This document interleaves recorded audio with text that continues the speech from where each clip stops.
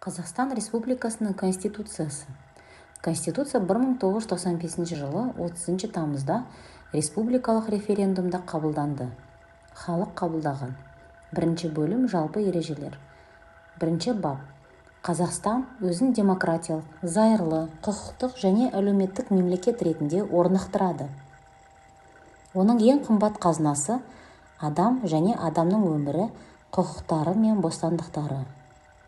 Қазақстанның негізгі қызмет принциптері: қоғамдық татулық пен саяси тұрақтылық.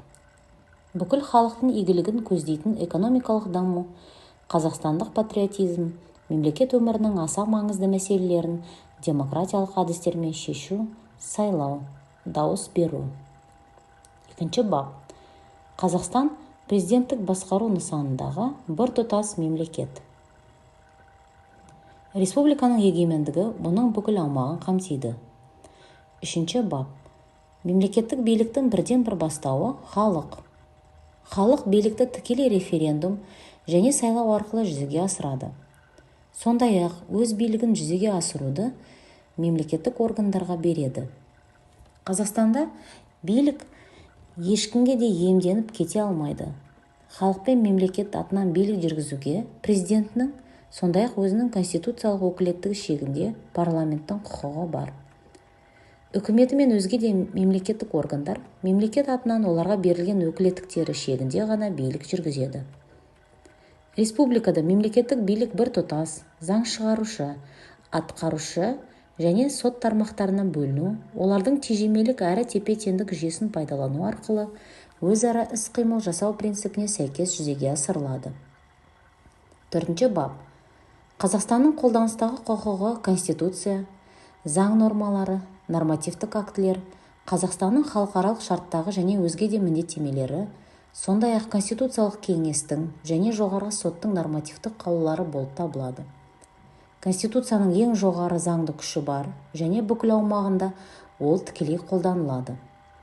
Республика бекіткен халықаралық шарттардың республика заңдарынан басымдығы болады. Барлық заңдар, халықаралық шарттар жарияланады. Азаматтардың құқықтарына, бостандықтары мен міндеттеріне қатысты нормативтік құқықтық актілерді ресми түрде жариялау, оларды қолданудың міндетті шарты болып табылады. Бесінші бап. Қазақстанда идеологиялық және саяси әралуандылық танылады. Мемлекеттік органдарда партия ұйымдарын құруға жол берілмейді. Қоғамдық бірлестіктер заң алдында бірдей. Мемлекеттің немесе қоғамдық бірлестіктердің бір-бірінің ісіне заңсыз араласуына жол берілмейді. Қоғамдық бірлестіктерге мемлекеттік органдардың қызметін жүктеуге жол берілмейді. Мақсаты немесе іс-әрекеті Қазақстанға зиян келтіруге бағытталған қоғамдық бірлестіктер құруға және олардың қызметіне тыйым салынады. Басқа мемлекеттердің саяси партиялар мен кәсіптік одақтарының қызметіне, діни негіздегі партияларға, сондай-ақ оларды шетелдік азаматтардың және халықаралық ұйымдардың қаржыландыруына жол берілмейді. Шетелдік діни бірлестіктердің қызметі, сондай-ақ олардың басшыларын тағайындау тиісті мемлекеттік органдармен келісу арқылы жүзеге асырылады. Алтыншы бап. Қазақстанда мемлекеттік меншік пен жеке меншік танылады және бірдей қорғалады. Меншік міндет жүктейді, оны пайдалану сонымен қатар қоғам игілігіне де қызмет етуге тиіс. Жер және оның қойнауы, су көздері, өсімдіктер мен жануарлар дүниесі, басқа да табиғи ресурстар мемлекеттік меншігінде болады. Жер, сондай-ақ заңда белгіленген шектерде жеке меншікте де болуы мүмкін. Жетінші бап. Мемлекеттік тіл қазақ тілі. Мемлекеттік ұйымдарда және жергілікті өзін-өзі басқару органдарында орыс тілі ресми түрде қазақ тілімен тең қолданылады. Мемлекет Қазақстан халқының тілдерін үйрену мен дамыту үшін жағдай туғызуға қамқорлық жасайды. Сегізінші бап. Қазақстан халықаралық құқықтық принциптері мен нормаларын құрметтейді. Мемлекеттер арасында ынтымақтастық пен тату көршілік қарым-қатынас жасау, олардың теңдігі мен бір-бірінің ішкі істеріне араласпау, халықаралық дауларды бейбіт жолмен шешу саясатын жүргізеді. Қарулы күшті бірінші болып қолданудан бас тартады. 9-бап. Мемлекеттік рәміздері туы, елтаңбасы және гимні бар. Екінші бөлім. Адам және азамат. 10 бап. Қазақстанның азаматтығы бірыңғай және тең болып табылады. Қазақстанның азаматтығынан өзінің азаматтығын өзгерту құқығынан айыруға, оны Қазақстаннан тыс жерлерге аластауға болмайды. Азаматтықтан айыруға террористік қылмыстар жасағаны, сондай-ақ Қазақстанның өмірлік маңызы бар мүдделеріне өзге де ауыр зиян келтірген үшін соттың шешімімен ғана жол беріледі. Республика азаматының басқа мемлекеттің азаматтығында болуы танылмайды. 11 бап. Халықаралық шарттарында өзгеше белгіленбесе, азаматын шет мемлекетке беруге болмайды. Шет елде қорғауға және қамқорлық жасауға кепілдік беріледі. 12 бап. Қазақстанда адам құқықтары мен бостандықтары танылады және оларға кепілдік беріледі. Адам құқықтары мен бостандықтары әркімге тумысынан жазылған. Олар абсолютты деп танылады. Олардан ешкім айыра алмайды. Шетелдіктер мен азаматтығы жоқ адамдар республикада азаматтар үшін белгіленген құқықтар мен бостандықтарды пайдаланады, сондай-ақ міндеттер атқарады. 13 бап. Әркімнің құқық субъектісі ретінде танылуына құқығы бар және өзінің құқықтар мен бостандықтарын қажетті қорғанысты қоса алғанда заңға қайшы келмейтін барлық тәсілдермен қорғауға хақылы. Әркімнің сот арқылы қорғалуына құқығы бар. Әркімнің білікті заң көмегін алуға құқығы бар. Заңда көзделген реттерде заң көмегі тегін көрсетіледі. 14 бап. Заң мен сот алдында жұрттың бәрі тең. Ешкімді ешқандай кемсітуге болмайды, жағдайы, жынысы, ұлты және басқалары. 15 бап. Әркімнің өмір сүруге құқығы бар. Ешкімнің өз бетінше адам өмірін қиюға хақысы жоқ. Өлім жазасы террористік қылмыстар жасағаны үшін, сондай-ақ соғыс уақытында ерекше ауыр қылмыстар жасаған үшін рақымшылық жасау туралы өтініш жасау хақы бар ең ауыр жаза. 16 бап. Әркім өзінің жеке басының бостандығына құқығы бар. Тек қана соттың санкциясымен тұтқындауға және қамауда ұстауға болады. Тұтқындалған адамға шағымдану құқығы беріледі. Соттың санкциясынсыз адамды 72 сағаттан аспайтын мерзімге ұстауға болады. Ұсталған, тұтқындалған, қылмыс жасады деп айып тағылған әрбір адам басынан бастап адвокаттың, қорғаушының көмегін пайдалануға құқылы. 17 бап. Адамның қадір қасиетіне қол сұғылмайды. Ешкімді азаптауға, оған зорлық-зомбылық жасауға немесе басқа нәрсеге болмайды. 18 бап. Әркімнің жеке өміріне қол сұғылмауына, өзінің және отбасының құпиясы болуына, ар-намысы мен абыройлы атының қорғалуына құқығы бар. Әркім өзінің жеке салымдары мен жинаған қаражатының, жазысқан хаттарының, телефон арқылы сөйлескен сөздерінің, почта, телеграф арқылы және басқа жолдармен алысқан хабарларының құпиялылығы сақталуына құқығы бар. 19 бап. Әркім өзінің қай ұлтқа, қай партияға және қай дінге жататынын өзі анықтауға және оны көрсетпеуге хақылы. Әркімнің ана тілі мен төл мәдениетін пайдалануға, қарым-қатынас тілін еркін таңдауға құқығы бар. 20 бап. Сөз бен шығармашылық еркіндігіне кепілдік беріледі. Цензураға тыйым салынады. Әркімнің заң жүзінде тыйым салынбаған кез келген тәсілмен еркін ақпарат алуға және таратуға құқығы бар. Қазақстанға әлеуметтік, нәсілдік, ұлттық, діни және өзге де артықшылыққа, сондай-ақ қатыгез бен зорлық-зомбылыққа бас ұруды насихаттауға немесе үгіттеуге жол берілмейді. 21 бап. Қазақстан аумағында заңды түрде жүрген әрбір адам, оның аумағында еркін жүріп тұруға және тұрғылықты мекенді өз қалауынша таңдап алуға құқығы бар. Әркімнің республикадан тыс жерлерге кетуіне және кедергісіз қайтып оралуына құқығы бар. 22 бап. Әркімнің ар-ождан бостандығына құқығы бар. 23 бап. Азаматтардың бірлесу бостандығына құқығы бар. Әскери қызметшілер, ұлттық қауіпсіздік органдарының, құқық қорғау органдарының қызметкерлері мен судьялар партияларда, кәсіптік одақтарда болмауға, партияны қолдап сөйлемеуге тиіс. 24 бап. Әркімнің еңбек ету бостандығына, қызмет пен кәсіп түрін еркін таңдауына құқығы бар. Еріксіз еңбекке соттың үкімі бойынша не төтенше жағдайда, немесе соғыс жағдайында ғана жол беріледі.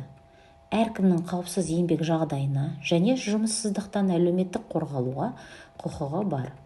Ереуіл жасау құқығын қоса алғанда, жеке және ұжымдық еңбек дауларын шешу құқығы мойындалады. Әркімнің тынығу, демалысқа құқығы бар. 25 бап. Тұрғын үйге қол сұғылмайды. Соттың шешімінсіз тұрғын үйден айыруға жол берілмейді. Қазақстанда азаматтарды тұрғын үймен қамтамасыз ету үшін жағдайлар жасалады. 26 бап. Азаматтары заңды түрде алған қандай да болсын мүлкін жеке меншігінде ұстай алады. Меншік, оның ішінде мұрагерлік құқығына заңмен кепілдік беріледі. Соттың шешімінсіз ешкімді де өз мүлкінен айыруға болмайды.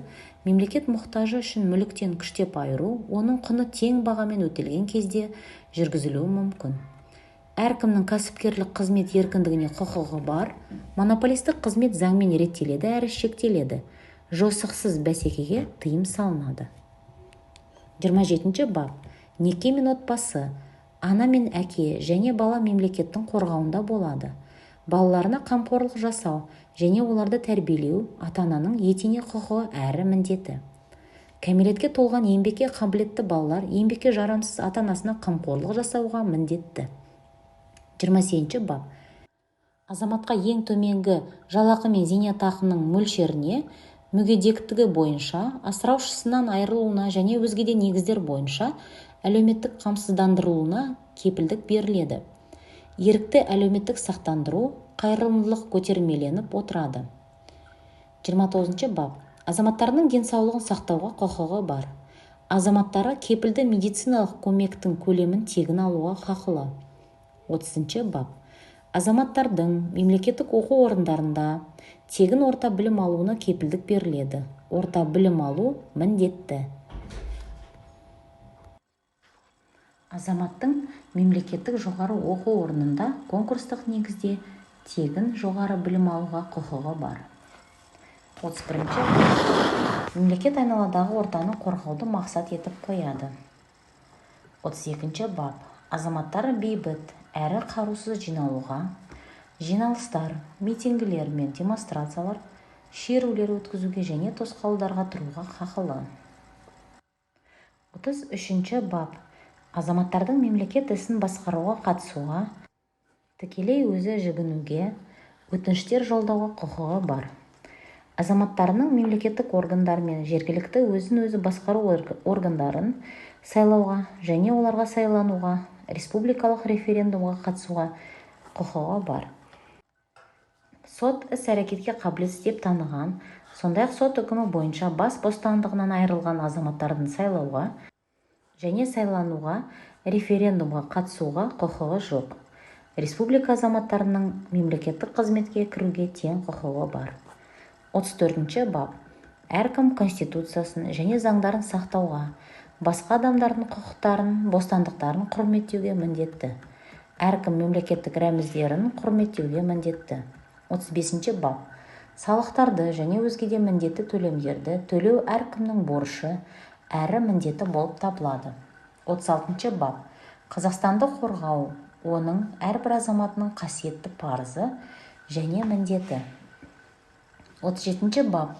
Азаматтары тарихи және мәдени мұралардың сақталуына, қамқорлық жасауға, ескерткіштерін қорғауға міндетті. 38 бап. Азаматтары табиғатты сақтауға және табиғат байлықтарын қорғауға міндетті. 39 бап.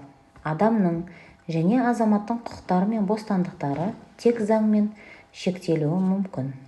Ұлтаралық және конфессияаралық татулықты бұзатын кез келген әрекет конституциялық емес деп танылады. Саяси себептер бойынша азаматтардың құқықтары мен бостандықтарын қандай да бір түрде шектеуге жол берілмейді. 3 бөлім. Президент.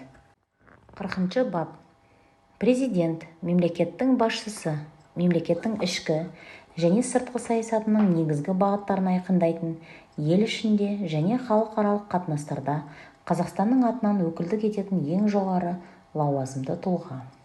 Президент халық пен мемлекеттік билік бірлігінің, Конституцияның мызғымастығының, адам және азамат құқықтары мен бостандықтарының нышаны әрі кепілі.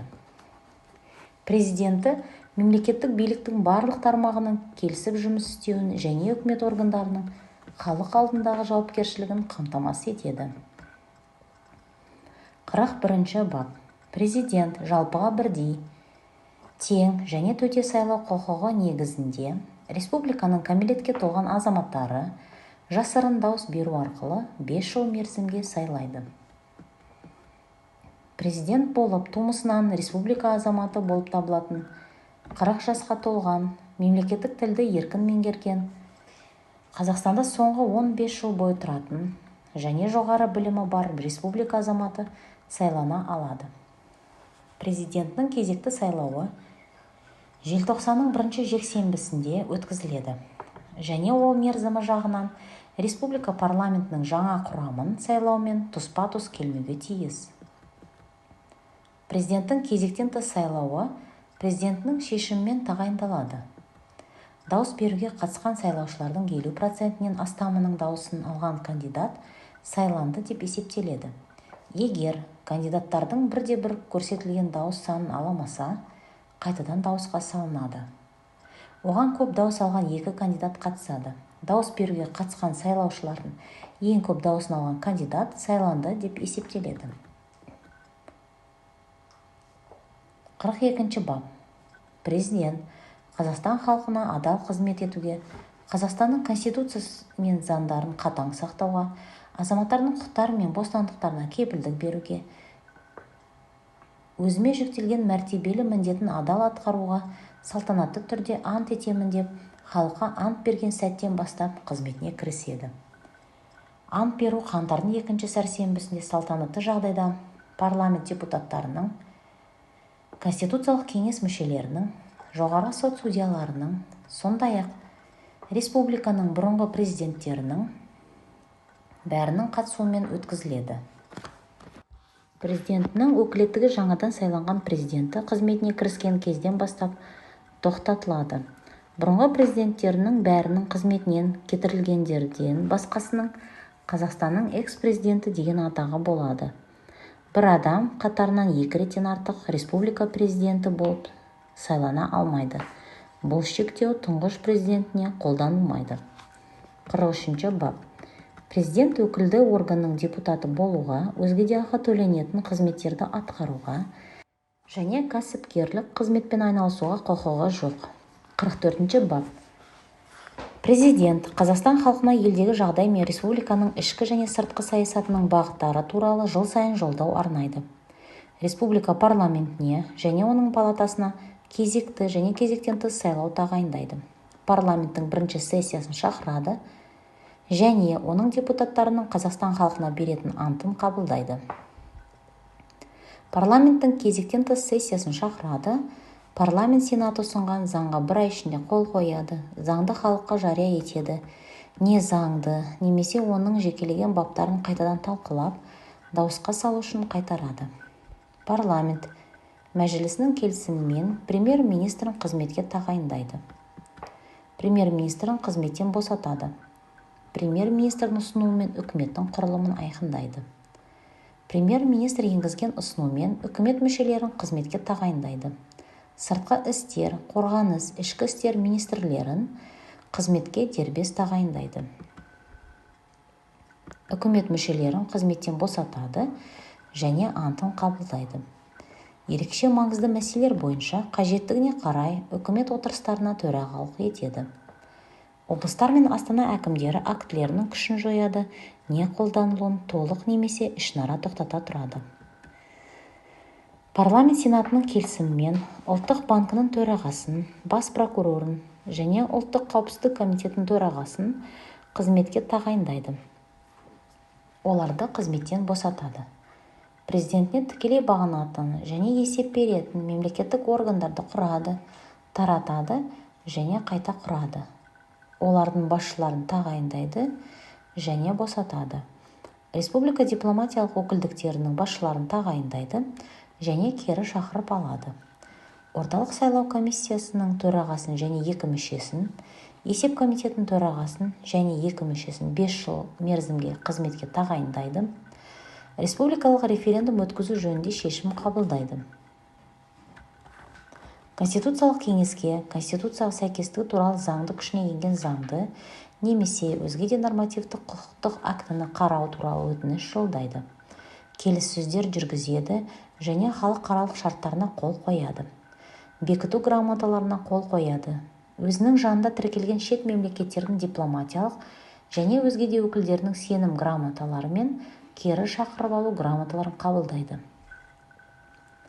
Қарулы күштердің жоғарғы бас қолбасшысы болып табылады. Қарулы күштердің жоғарғы қолбасшылығын тағайындайды және ауыстырып отырады. Мемлекеттік наградаларымен марапаттайды. Құрметті, жоғары әскери және өзге атақтарды, сыныптық шендерді, дипломатиялық дәрежелерді, біліктілік сыныптарын береді. Азаматтығы саяси баспана беру мәселелерін шешеді.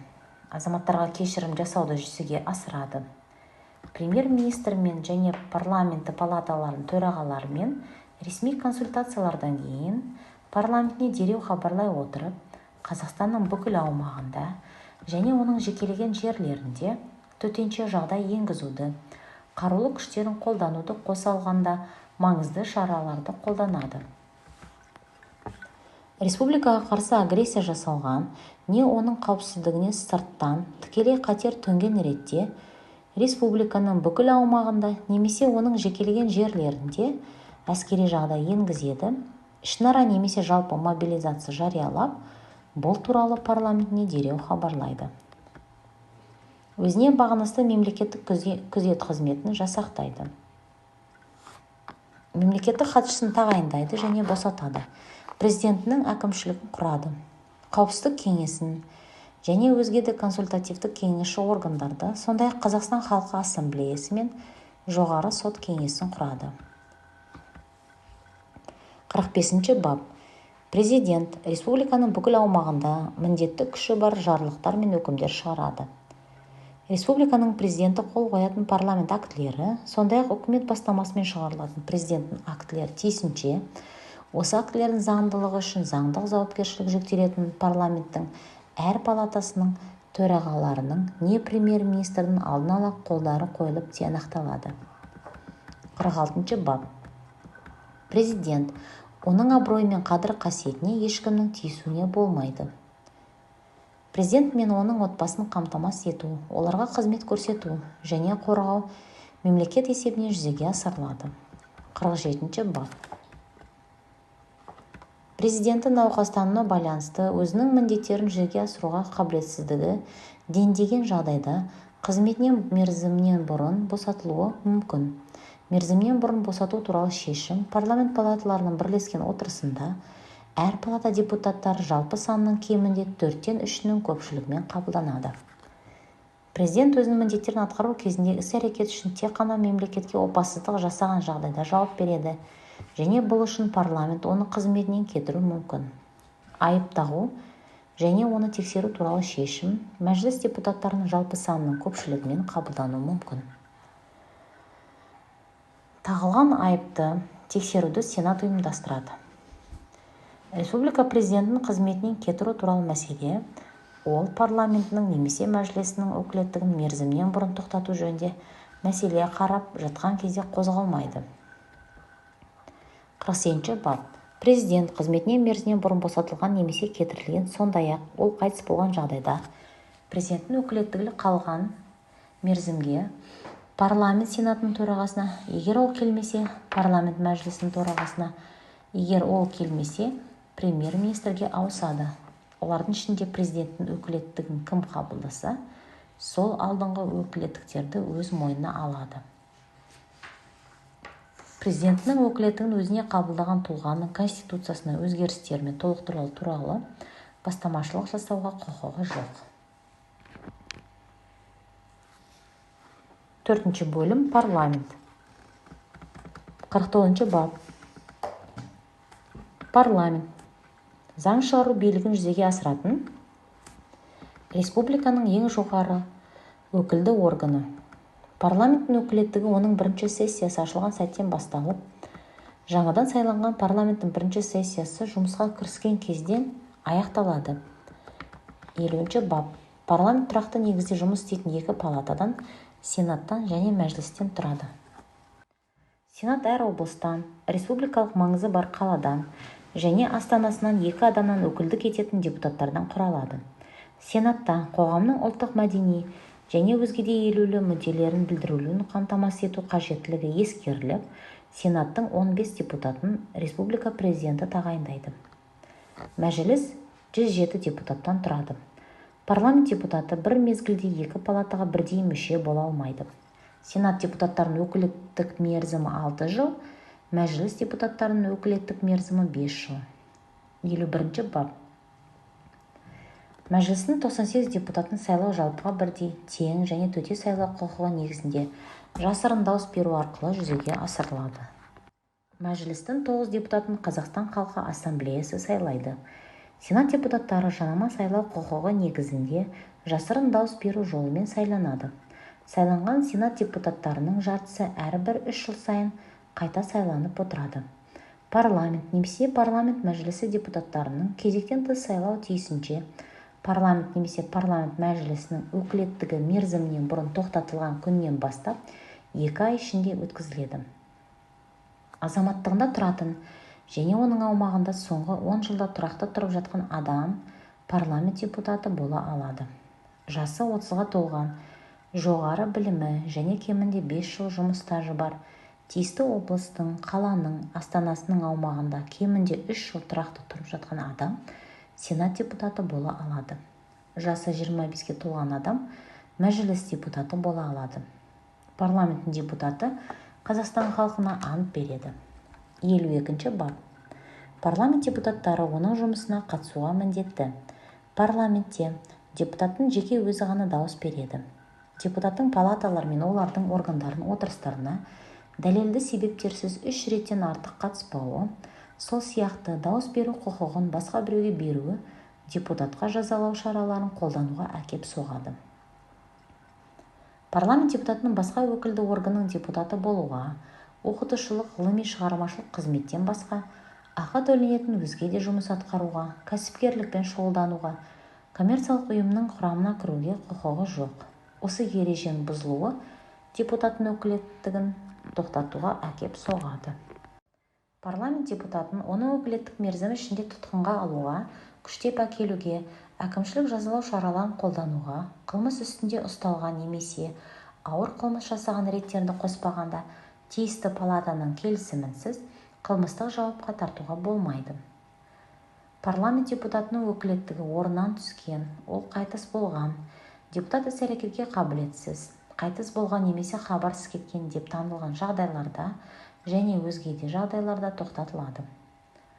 Парламент депутаты ол Қазақстаннан тысқары жерге тұрақты тұруға кеткен, оған қатысты соттың айыптау үкімі заңды күшіне енген, азаматтығын жоғалтқан кезде өз мандатынан айырылады.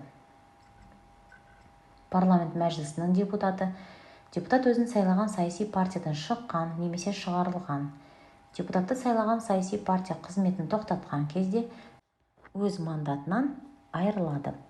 Парламент сенатының тағайындалған депутаттарының өкілеттігі президентінің шешімі бойынша мерзімінен бұрын тоқтатылуы мүмкін. Парламент және парламент мәжілісі депутаттарының өкілеттігі таратылған жағдайларда тоқтатылады. Депутаттарды жазалау, этиканы бұзу, өкілеттігінен айыру және депутаттық ешкімнің тиіспеуі туралы мәселелерді дайындау орталық сайлау комиссиясына жүктеледі. 53-ші бап. Палаталардың бірлескен отырысында парламент президенттің ұсынысы бойынша Конституцияға өзгерістер мен толықтырулар енгізеді, үкімет пен есеп комитетінің республикалық бюджеттің атқарылуы туралы есептерін бекітеді, үкіметтің республикалық бюджеттің атқарылуы туралы есебін парламенттің бекітпеуі парламенттің үкіметке сенімсіздік білдіргенін көрсетеді. Соғыс және бітім мәселелерін шешеді, президенттің ұсынысы бойынша қарулы күштерін пайдалану туралы шешім қабылдайды, Конституциялық кеңестің жыл сайынғы жолдауын тыңдайды, палаталардың бірлескен комиссияларын құрады, олардың төрағаларын сайлайды және қызметтен босатады. 54 бап.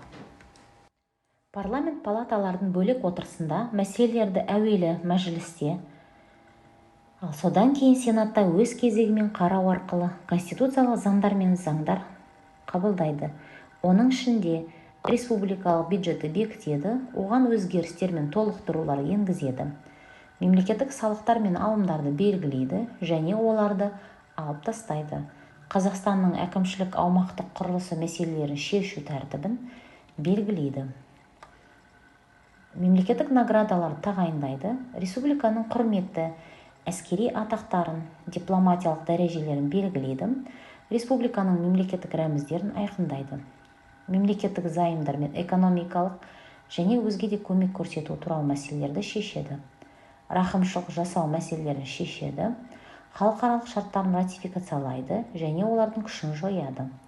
Парламент палаталардың бөлек отырысында мәселелерді әуелі мәжілісте, ал содан кейін сенатта өз кезегімен қарау арқылы республикалық бюджеттің атқарылуы туралы есептер талқылайды. Республика президентінің қарсылығын туғызған заңдар немесе заңның баптары бойынша қарсылықтар жіберілген күннен бастап 1 ай мерзім ішінде қайталап талқылау мен дауысқа салуды өткізеді. Бұл мерзімнің сақталмауы президент қарсылықтарының қабылдағанын білдіреді. Республикалық референдум тағайындау туралы бастама көтереді. 55 бап. Сенаттың ерекше қарауына мыналар жатады. Президенттің ұсынуымен жоғарғы сотының төрағасын және жоғарғы сотының судьяларын сайлау және босату, олардың анттарын қабылдау. Президенттің ұсынуымен адам құқықтары жөніндегі уәкілді 5 жыл мерзімге сайлау және оны босату. Президенттің ұлттық банкінің төрағасының, бас прокурорын және ұлттық қауіпсіздік комитетінің төрағасын тағайындауына келісім беру. Бас прокурорын, жоғары соттың төрағасы мен судьяларын оларға ешкімнің тиіспеу жөніндегі құқығынан айыру. 56 бап. Мәжілістің ерекше қарауына мыналар жатады. Парламентке енгізілген конституциялық заңдар мен заңдардың жобаларын қарауға қабылдау және жобаларды қарау. Палата депутаттарының жалпы санының көпшілік даусымен президентіне премьер-министрін тағайындауға келісім беру. Республика президентінің кезекті сайлауын хабарлау. Мәжіліс депутаттарының көпшілік даусымен, мәжіліс депутаттарының кемінде 1/5 бастамасы бойынша мәжіліс үкіметке сенімсіздік білдіруге хақылы. 57 бап. Парламенттің әр палатасы дербес, басқа палатаның қатысуынсыз Конституциялық кеңестің 2 мүшесін тағайындайды. Орталық сайлау комиссиясының 2 мүшесін, есеп комитетінің 3 мүшесін 5 жыл мерзімге тағайындайды. Палаталардың бірлескен комиссиялары мүшелерінің тең жартысын сайлайды. Палаталар депутаттарының өкілеттігін тоқтатады, сондай-ақ бас прокурорының ұсынуымен оларға ешкімнің тиіспеу жөніндегі құқығынан палаталардың депутаттарын айыру мәселелерін шешеді. Парламенттік тыңдаулар өткізеді. Палата депутаттары жалпы санның кемінде 3/1 бастамасы бойынша республика үкіметі мүшелерінің өз қызметі мәселелері жөніндегі есептерін тыңдауға хақылы. Палаталардың үйлестіруші және жұмыс органдарын құрады. 58 бап.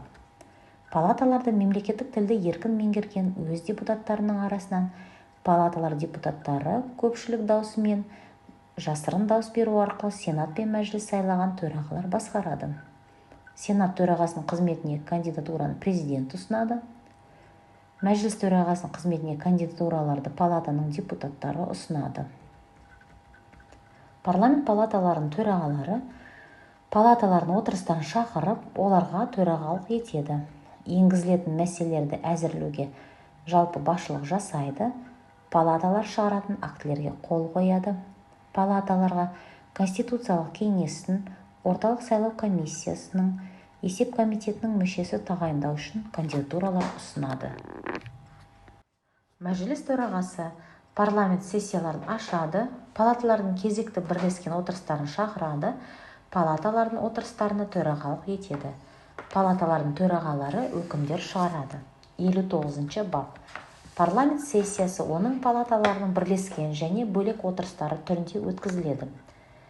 Парламенттің бірінші сессиясын президент сайлау қорытындылары жариялаған күннен бастап 30 күннен кешіктірмей шақырады. Парламенттің кезекті сессиялары жылына бір рет қыркүйектің бірінші жұмыс күнінен маусымның соңғы жұмыс күніне дейін өткізіледі. Парламент сессиясын әдетте президент ашады және сессия Сенат пен Мәжілістің бірлескен отырыстарында жабылады. Парламент сессиялары аралығындағы кезеңде республика президенті өз бастамасымен палаталар төрағалары немесе парламент депутаттары жалпы санының кемінде 1/3 ұсынысымен парламенттің кезектен тыс сессиясын шақыра алады. Онда сессияны шақыруға негіз болған мәселелер ғана қаралады. Палаталардың бірлескен және бөлек отырыстары оларға әр палата депутаттарының 2/3 қатысқан жағдайда өткізіледі. Палаталардың бірлескен және бөлек отырыстары ашық отырыстар болып табылады. Жабық отырыстар өткізілуі мүмкін. Президенттің, премьер-министр мен өкімет мүшелерінің, ұлттық банк төрағасының, бас прокурордың, ұлттық қауіпсіздік комитет төрағасының кез келген отырыстарға қатысуға және сөз сөйлеуге құқығы бар. 60 бап. Палаталар. Әр палатада саны 7-ден аспайтын тұрақты комитеттер құрады. Сенат пен Мәжіліс тепе-тең негізде бірлескен комиссиялар құруға хақылы. Комитеттер мен комиссиялар қаулылар шығарады. 61 бап. Заң шығару бастамасы құқығы президентке, парламент депутаттарына, үкіметке тиесілі және тек қана мәжілісте жүзеге асырылады. Президенттің заңдар жобаларын қараудың басымдығын белгілеуге құқығы бар. 2 ай ішінде қабылдануға тиіс екенін білдіреді. Парламент аса маңызды қоғамдық қатынастарды реттейтін мыналарға: барлығы тұлғалардың құқық субъектілігіне, азаматтардың құқықтары мен бостандықтарына, барлығы тұлғалардың міндеттері мен жауапкершілігіне, меншік режиміне және өзге де мүліктік құқықтарға, салық салуға, алымдар мен төлемдерді белгілеуге, республикалық бюджетке, сот құрылысы мен соттас жүргізу мәселелеріне, білім беруге, денсаулық сақтауға және әлеуметтік қамсыздандыруға, кәсіпорындар мен олардың мүлкін жекешелендіруге, айналадағы ортаны қорғауға, республиканың әкімшілік аумақтық құрылысына, мемлекет қорғанысы мен қауіпсіздігін қамтамасыз етуге қатысты заңдар шығаруға хақылы. Өзге қатынастардың барлығы заңға тәуелді актілермен реттеледі. Мәжіліс депутаттары қараған және көпшілік даусымен мақұлданған заң жобасы Сенатқа беріледі. Ол онда әрі кеткенде 60 күннің ішінде қаралады. Сенат депутаттары көпшілік даусымен қабылданған жоба заңға айналады және 10 күннің ішінде президенттің қол қоюына беріледі. Тұтас алғанда, Сенат депутаттары көпшілік даусымен қабылданбаған жоба мәжіліске қайтарылады. Сенат депутаттары көпшілік даусымен заң жобасына енгізілген өзгертулер мен толықтырулар мәжіліске жіберіледі. Егер мәжіліс депутаттардың көпшілік даусымен ұсынылған өзгертулермен және толықтырулармен келіссе, заң қабылданды деп есептеледі. Мәжіліс депутаттары қараған және олардың кемінде 3/2 даусымен мақұлданған конституциялық заң жобасы Сенатқа беріледі. Онда 60 күннен асырылмай қаралады. Мемлекеттік кірісті қысқартуды немесе мемлекеттік шығысты көбейтуді көздейтін заңдардың жобалары үкіметтің оң қорытындысы болғанда ғана енгізілуі мүмкін.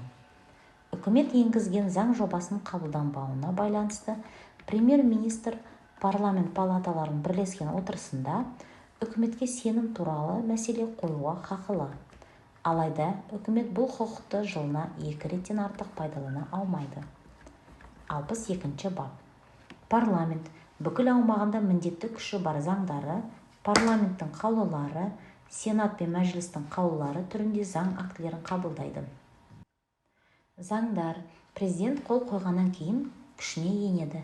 Конституцияға өзгертулер мен толықтырулар әр палата депутаттары кемінде 4/3 көпшілік даусымен енгізіледі. Конституциялық заңдар әр палата депутаттарының кемінде 3/2 көпшілік даусымен қабылданады. Парламент пен оның палаталарының заң актілері палаталар депутаттары көпшілік даусымен қабылданады. Конституциясына өзгерістер мен толықтырулар енгізу бойынша кемінде 2 оқылым өткізуге міндетті. Республиканың заңдары, парламент пен оның палаталарының қаулылары Конституцияға қайшы келмеуге тиіс. 63 бап. Республика президенті парламент палаталары төрағаларымен және премьер-министрмен консультациялардан кейін парламентті немесе парламент мәжілісін тарата алады. Парламенті және парламент мәжілісін төтенше немесе соғыс жағдайы кезеңінде президент өкілеттігінің соңғы 6 айында, сондай-ақ осының алдындағы таратудан кейінгі 1 жыл ішінде таратуға болмайды. 5 бөлім. Үкімет. 64 бап. Үкімет атқарушы билігін жүзеге асырады, атқарушы органдардың жүйесін басқарады және олардың қызметіне басшылық жасайды. Үкімет алқалы орган болып табылады және өзінің қызметінде республика президентінің және парламенттің алдында жауапты. 65 бап. Үкіметті Конституцияда көзделген тәртіппен президент құрады. Республика премьер-министр тағайындалғаннан кейінгі 10 күн мерзім ішінде премьер-министр үкіметтің құрылымы мен құрамы туралы президентіне ұсыныс енгізеді. Үкімет мүшелері Қазақстан халқы мен президентіне ант береді. 66 бап.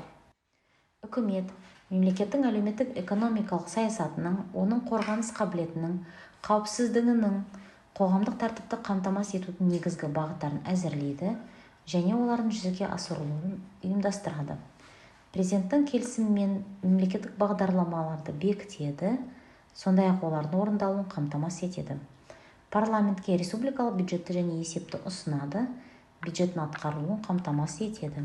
Мәжіліске заң жобаларын енгізеді және заңдардың орындалуын қамтамасыз етеді.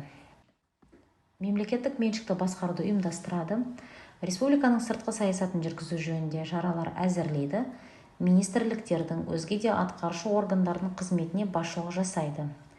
Республиканың министрліктері, өзге атқарушы органдары актілерінің күшін толық немесе қолданылу бөлігінде жояды немесе тоқтата тұрады. Республика президентінің келісімімен мемлекеттік бюджет есебінен қамтылатын барлық органдар үшін қаржыландырудың және қызметкерлердің еңбегіне ақы төлеудің бірыңғай жүйесін бекітеді. 67 бап. Премьер-министр үкімет қызметін ұйымдастырып, оған басшылық жасайды және оның жұмысы үшін дербес жауап береді. Үкімет қаулыларына қол қояды. Үкімет қызметінің жөнінде және оның аса маңызды барлық шешімдері жөнінде президентке және парламентке баяндап отырады. 68 бап. Үкімет мүшелері өз құзыреті шегінде шешімдер қабылдауда дербестікке ие әрі өздеріне бағынысты мемлекеттік органдардың жұмысы үшін премьер-министрдің алдында жеке дара жауап береді. Үкіметтің жүргізіп отырған саясатымен келіспейтін немесе оны жүргізбейтін үкімет мүшесі орнынан түсуге өтініш береді, не ол лауазымнан босатылуға тиіс. Үкімет мүшелерінің өкілді органның депутаттары болуға, оқытушылық, ғылыми немесе өзге шығармашылық қызметтерді қоспағанда, өзге де ақы төленетін жұмысты атқаруға, кәсіпкерлік іспен шұғылдануға, заңнамаға сәйкес өздерінің лауазымдық міндеттері болып табылатын жағдайларды қоспағанда, коммерциялық ұйымның құрамына кіруге құқығы жоқ. 69 бап. Үкімет өз құзыретін мәселелері бойынша қаулылар шығарады. Премьер-министр өкімдер шығарады. 70 бап. Үкімет жаңадан сайланған парламент мәжілісінің алдында өз өкілеттігін доғарады. Егер үкімет және оның кез келген мүшесі өздеріне жүктелген міндеттерді одан әрі жүзеге асыру мүмкін емес деп есептесе, олар президентке өз орнынан түсетін туралы мәлімдеуге хақылы. Парламент мәжілісімен немесе парламент үкіметке сенімсіздік білдірген жағдайда үкімет орнынан түсетіні туралы президентке мәлімдейді. Орнынан түсуді қабылдау немесе қабылдамау туралы мәселені республиканың президенті 10 күн мерзімде қарайды. Орнынан түсуді қабылдау үкіметтің не оның тиісті мүшесінің өкілеттігі тоқтатылғанын білдіреді. Премьер-министрдің орнынан түсуін қабылдау бүкіл үкіметтің өкілеттігі тоқтатылғанын білдіреді. Үкіметтің немесе оның мүшесінің орнынан түсуі қабылданбаған жағдайда президент оған міндеттерін одан әрі жүзеге асыруды тапсырады. Республиканың президенті өз бастамасы бойынша үкіметтің өкілеттігін тоқтату туралы шешім қабылдауға және оның кез келген мүшесін қызметтен босатуға хақылы. Премьер-министрді қызметтен босату бүкіл үкіметтің өкілеттігі тоқтатылғанын білдіреді. 6 бөлім. Конституциялық кеңес. 71 бап. Конституциялық кеңес 7 мүшеден тұрады. Олардың өкілеттігі 6 жылға созылады. Экс-президенттері құқы бойынша ғұмыр бойы Конституциялық кеңестің мүшелері болып табылады. Конституциялық кеңестің төрағасын президент тағайындайды және дауыс тең бөлінген жағдайда оның дауысы шешуші болып табылады. Конституциялық кеңестің 2 мүшесін президент, 2 мүшеден тиісінше сенат пен мәжіліс тағайындайды. Конституциялық кеңес мүшелерінің жартысы әрбір 3 жыл сайын жаңартылып отырады. Конституциялық кеңестің төрағасы мен мүшесінің қызметі депутаттық мандатпен оқытушылық, ғылыми немесе өзге де шығармашылық қызметтерді қоспағанда өзге де ақы төленетін жұмысты атқарумен, кәсіпкерлікпен айналысумен, коммерциялық ұйымның құрамына кірумен сыйыспайды.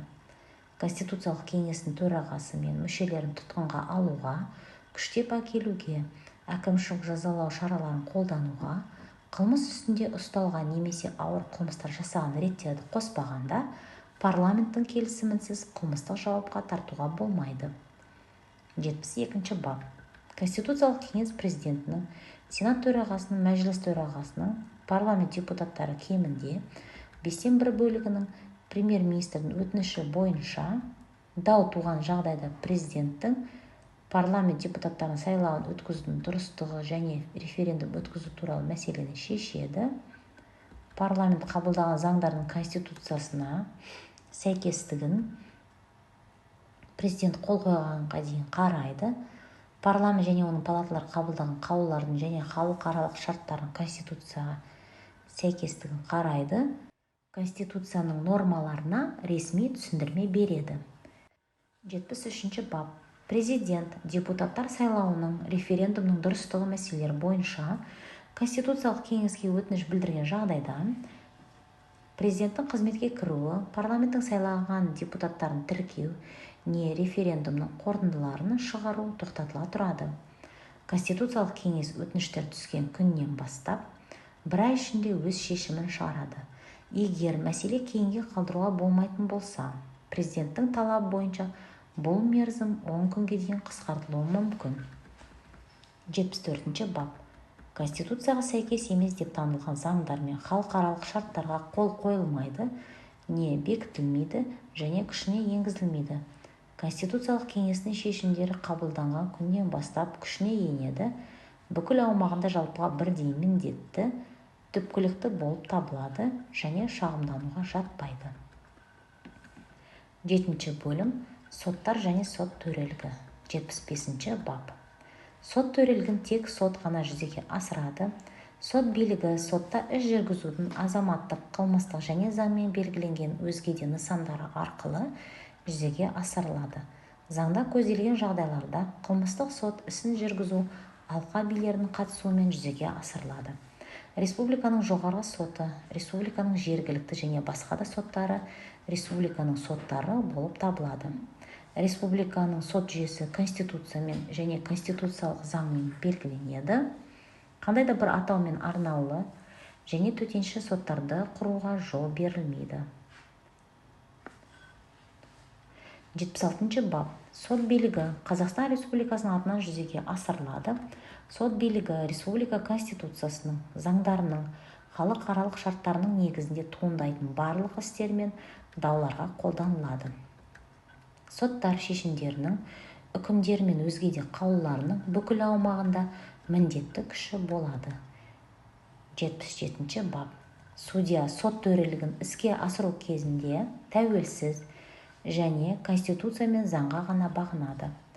Сот төрелігін іске асыру жөніндегі соттың қызметіне қандай да болсын араласуға жол берілмейді және ол заң бойынша жауапкершілікке әкеп соғады. Нақты істер бойынша судьялар есеп бермейді. Заңды қолданған кезде судья принциптерді басшылыққа алуға тиіс, адамның кінәлі екендігі, заңды күшіне енген сот үкімімен танылғанша ол кінәлі емес деп есептеледі. бір құқық бұзушылық үшін ешкімді де қайтадан қылмыстық немесе әкімшілік жауапқа тартуға болмайды. Соттылығын оның келісімінсіз ешкімнің өзгертуіне болмайды. Сотта әркім өз сөзін тыңдатуға құқылы. Жауапкершілікті белгілейтін немесе күшейтетін азаматтарға жағдайын нашарлататын заңдардың кері күші болмайды. Егер құқық бұзушылық жасалғаннан кейін ол үшін жауапкершілік заңмен алынып тасталса немесе жеңілдетілсе, жаңа заң қолданылады. Айыпталушы өзінің кінәсіздігін дәлелдеуге міндетті емес. Ешкім өзіне өзі, жұбайына, зайыбына және заңмен белгіленген шектегі жақын туыстарына қарсы айғақ беруге міндетті емес. Діни қызметшілер өздеріне сеніп сырын ашқандарға қарсы куәгер болуға міндетті емес. Адамның кінәлі екендігі жөнінде кез келген күдік айыпталушының пайдасына қарастырылады. Заңсыз тәсілмен алынған айғақтардың заңды күші болмайды. Ешкім өзінің жеке мойындауы негізінде ғана сотталуға тиіс емес. Қылмыстық заңды ұқсастығына қарай қолдануға жол берілмейді. Конституциямен белгіленген сот төрелігінің принциптері барлық соттары мен судьяларына ортақ және бірыңғай болып табылады. 78 бап. Соттардың Конституциямен баянды етілген құқықтар мен бостандықтарына нұқсан келтіретін заңдар мен өзге де актілерді қолдануға хақысы жоқ. Егер сот, заң немесе өзге акт Конституцияда баянды етілген құқықтар мен бостандықтарға нұқсан келтіреді деп тапса, ол іс бойынша іс жүргізуді тоқтата тұруға және осы актіні конституциялық емес деп тану туралы ұсыныспен Конституциялық кеңеске жүгінуге міндетті. 79 бап. Соттар тұрақты судьялардан тұрады, олардың тәуелсіздігі Конституциямен және заңмен қорғалады.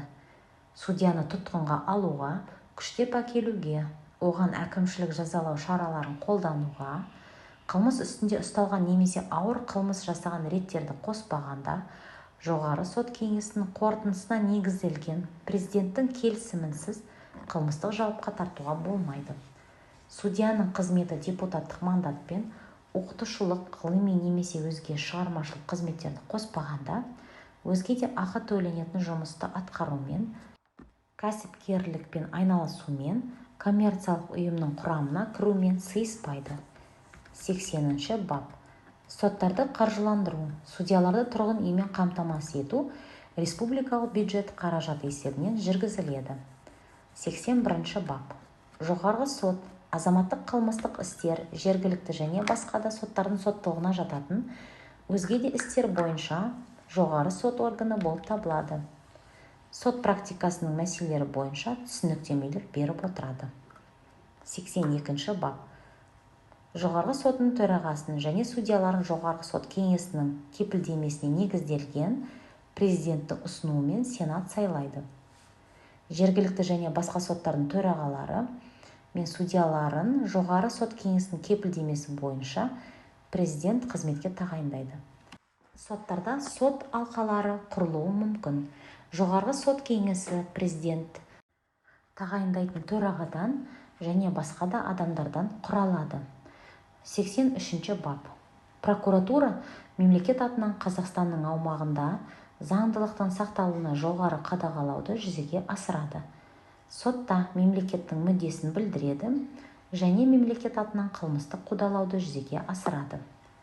Прокуратура төменгі прокурорларды жоғары тұрған прокурорларға және бас прокурорына бағындыра отырып, бірыңғай орталықтандырылған жүйе құрайды. Ол өз өкілеттігін басқа мемлекеттік органдардың тәуелсіз жүзеге асырады және президентке ғана есеп береді. Бас прокурорын тұтқынға алуға, күштеп әкелуге, оған әкімшілік жазалау шараларын қолдануға, қылмыс үстінде ұсталған немесе ауыр қылмыстар жасаған реттерді қоспағанда, сенаттың келісімінсіз қылмыстық жауапқа тартуға болмайды. Бас прокурор өкілеттігінің мерзімі 5 жыл. 8 бөлім. Жергілікті мемлекеттік басқару және өзін-өзі басқару. 85 бап. Жергілікті мемлекеттік басқаруды тиісті аумақтағы істің жай-күйіне жауапты жергілікті өкілді және атқарушы органдар жүзеге асырады. 86 бап. Жергілікті өкілді органдар, мәслихаттар тиісті әкімшілік аумақтық бөліністегі халықтың еркін білдіреді және жалпы мемлекеттік мүдделерді ескере отырып, оны іске асыруға қажетті шараларды белгілейді, олардың жүзеге асырылуын бақылайды. Мәслихаттарды жалпыға бірдей, тең, төте сайлау құқығы негізінде жасырын дауыс беру арқылы 5 жыл мерзімге халық сайлайды. 20 жасқа толған азамат мәслихат депутаты болып сайлана алады. Азамат бір мәслихаттың ғана депутаты бола алады. Мәслихаттардың қарауына мыналар жатады: аумақты дамыту жоспарларын, экономикалық және әлеуметтік бағдарламаларын, жергілікті бюджетті және олардың атқарылуы туралы есептерді бекіту, жатқызылған жергілікті әкімшілік аумақтық құрылыс мәселелерін шешу, мәслихат құзыретіне жатқызылған мәселелер бойынша жергілікті органдар басшыларының есептерін қарау, мәслихаттың тұрақты комиссияларын және өзге де жұмыс органдарын құру, мәслихаттың өкілеттігін мерзімінен бұрын президент, премьер-министрмен және парламент палаталарының төрағаларымен консультациялардан кейін тоқтатады. Сондай-ақ мәслихат өзін-өзі тарату туралы шешім қабылдаған ретте де оның өкілеттігі мерзімінен бұрын тоқтатылады. 87 бап. Жергілікті атқарушы органдар Қазақстанның атқарушы органдарының бірыңғай жүйесіне кіреді. Тиісті аумақтың мүддесі мен даму қажеттілігін ұштастыра отырып, атқарушы биліктің жалпы мемлекеттік саясатын жүргізуді қамтамасыз етеді. Жергілікті атқарушы органдардың қарауына мыналар жатады: аумақты дамыту жоспарларын, экономикалық және әлеуметтік бағдарламаларын, жергілікті бюджетті әзірлеу және олардың атқарылуын қамтамасыз ету, коммуналдық меншікті басқару, жергілікті атқарушы органдардың басшыларын қызметке тағайындау және қызметтен босату, жергілікті атқарушы органды президент пен үкіметтің өкілі болып табылатын әкімшілік аумақтық бөліністің әкімі басқарады. Облыстардың, республикалық маңызы бар қалалардың және Астананың әкімдерін қызметке мәслихаттардың келісімімен президент тағайындайды. Өзге әкімшілік аумақтық бөліністердің әкімдері заңда айқындалатын тәртіппен қызметке тағайындалады немесе сайланады, сондай-ақ қызметінен босатылады. Президент өзінің ұйғаруы бойынша әкімдерді қызметтерінен босатуға хақылы. Мәслихат депутаттарының жалпы санының кемінде 5/1 бастамасы бойынша әкімге сенімсіздік білдіру туралы мәселе қойылуы мүмкін. Облыстар, республикалық маңызы бар қалалар және Астана әкімдерінің өкілеттігі жаңадан сайланған республика президенті қызметіне кіріскен кезде тоқтатылады. 88 бап. Мәслихаттар өз құзыретіндегі мәселелер бойынша шешімдер, ал әкімдер әкімшілік аумақтық бөліністің аумағында орындалуға міндетті шешімдер мен өкімдер қабылдайды. Мәслихаттардың жергілікті бюджет кірісін қысқартуды немесе шығысын ұлғайтуды көздейтін шешімдердің жобалары әкімнің оң қорытындысы болған кезде ғана қарауға енгізілуге мүмкін.